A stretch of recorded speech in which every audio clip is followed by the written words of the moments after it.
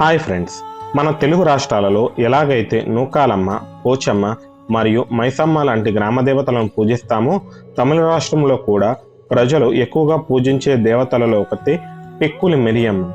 తమిళ జానపద కథల ప్రకారం ఒకప్పుడు అక్కడ గ్రామాలలో దుష్టశక్తులు మరియు క్షుద్రశక్తులు ప్రజలను వేధించేవి. దానికి తోడుగా కలరా, స్ఫోటకం వంటి వ్యాధులతో కూడా ప్రజలు తీవ్రంగా బాధపడేవారు. అప్పుడు ప్రజలు తమను ఈ సమస్యల నుండి కాపాడమని పార్వతీదేవిని వేడుకోగా, ప్రజల మొర ఆలకించిన ఆ శక్తి స్వరూపిణి ఒక స్త్రీ రూపంలో భూమిపైకి వచ్చింది. ఆమె ఆ దుష్టశక్తులతో పోరాడి వాటిని ఓడించి గ్రామీణ సరిహద్దుల్లో ఒక లోతైన గొంతుని తవ్వి అందులో వాటిని పడివేసి ఆ శక్తులు మళ్ళీ బయటకు రాకుండా ఉండటానికి ఆమె ఆ గుంత పైన వెలసి గ్రామ రక్షక దేవతగా మారిపోయింది.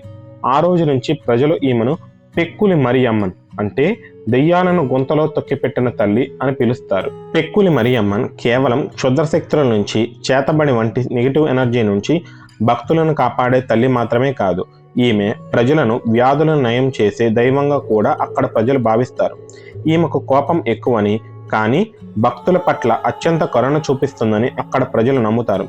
గ్రామంలో ఎవరికైనా తీరని ఆరోగ్య సమస్యలు ఉన్నా లేదా శత్రు భయం ఉన్నా ఈమెకు మొక్కుకుంటే వారికి ఆ సమస్యలు తీరిపోతాయని నమ్ముతారు.